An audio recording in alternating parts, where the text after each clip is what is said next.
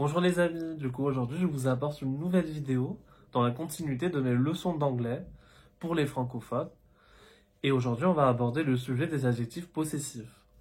Donc si vous aimez cette vidéo, n'hésitez pas à liker cette vidéo. Et si vous voulez voir d'autres vidéos concernant l'apprentissage de l'anglais, n'hésitez pas à vous abonner à ma chaîne YouTube. Du coup aujourd'hui on va aborder le sujet des adjectifs possessifs qui sont en français. Du coup, tout ce qui est mon, ma, mes, ton, ta, tes, son, sa, c'est, notre, nos, votre, vos, leur et leur avec un S à la fin. Du coup, comment ça fonctionne déjà en français pour bien comprendre l'équivalence en anglais? On est d'accord que lorsqu'il s'agira, par exemple, d'un élément masculin appartenant à une personne, on utilisera plutôt les adjectifs possessifs, mais au masculin. Par exemple, mon vélo, ton père, son oncle, à titre d'exemple. Pareil, de la même manière, s'il s'agit des objets ou des personnes au genre féminin appartenant à une autre personne, on utilisera les adjectifs possessifs au féminin. Ma mère, ta tante, sa bague, par exemple. Du coup, on est bien d'accord que les adjectifs possessifs en français sont marqués par le genre. Ensuite, on a aussi les adjectifs possessifs qui nous indiquent encore une fois la quantité. Cette fois-ci, il n'y a pas le genre qui est ici marqué, mais la relation entre le singulier et le pluriel. Donc là, on a la quantité, en fait, qui est marquée. Donc, s'il s'agit d'un ensemble, d'un pluriel, on utilisera les adjectifs possessifs au pluriel, donc mes amis, tes courses et ses camarades, par exemple. Je ne vous aborde pas trop les adjectifs possessifs à la première, deuxième et troisième personne du pluriel, parce que c'est à peu près le même fonctionnement. Ici, encore une fois, vous voyez qu'il y a une absence de genre. Quand on dit notre ami, votre ami ou leur ami, que ce soit un garçon ou une fille, on dira toujours notre, votre, leur. Par contre, il y a une différence entre le singulier et le pluriel. S'il s'agit de plusieurs amis, on dira nos amis, vos amis et leurs amis. Là, encore une fois, vous voyez que déjà, il y a une absence de genre. Déjà, à partir de la première personne du singulier, vous voyez qu'il y a une absence de genre. Mais pour les pronoms personnels, donc pour la première, deuxième et troisième personne du singulier, on a cette présence du coup du genre qui est là. De l'autre côté, vous pouvez voir qu'en anglais, à chaque fois, vous aurez un seul et unique adjectif possessif pour tout ce qui suit. Je vous donnerai, vous inquiétez pas, des exemples pour éclaircir tout ça.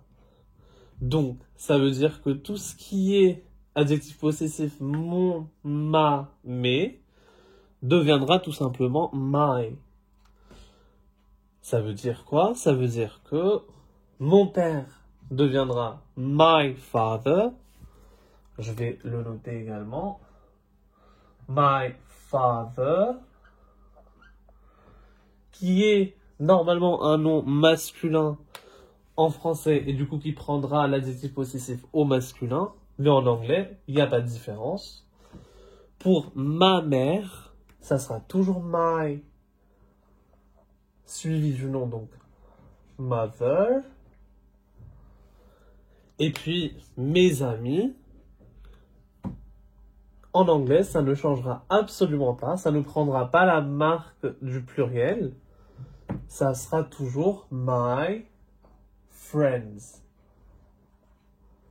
Avec un S bien sûr à la fin.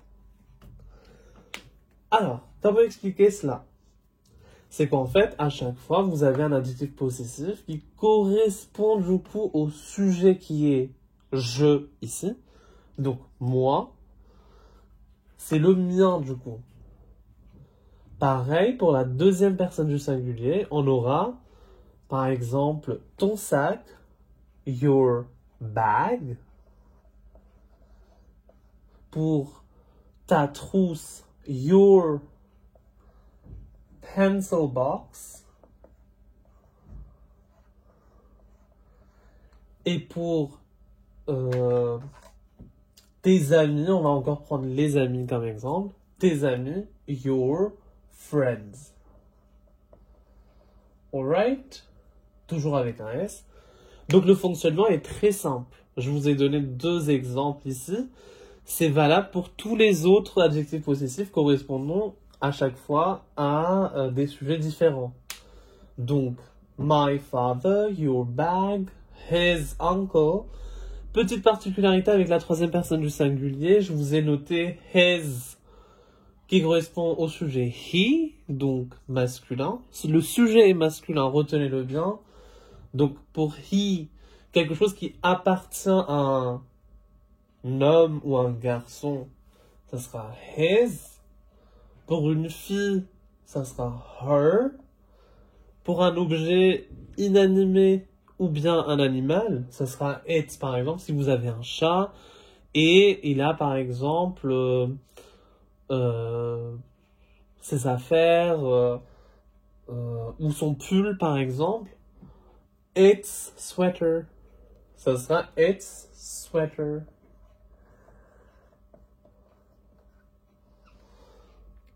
Donc, on marquera bien l'éloignement avec l'être animé. Donc, en fait, être vivant, en anglais, c'est très marqué. Dès que il s'agit d'un être vivant, on utilisera ces pronoms, enfin, on utilisera plutôt ces adjectifs possessifs, mais qui correspondent au sujet parlant des êtres vivants. Et dès qu'il s'agira des objets inanimés ou des animaux, on parlera de it, et du coup, l'adjectif possessif deviendra its, tout simplement. On a en français un pronom impersonnel qui est on, qui peut s'utiliser pour n'importe qui, d'où le nom impersonnel, c'est un pronom impersonnel. Et du coup, en anglais, dans certains cas, je dis bien dans certains cas, pas dans tous les cas, ce on se traduit par one.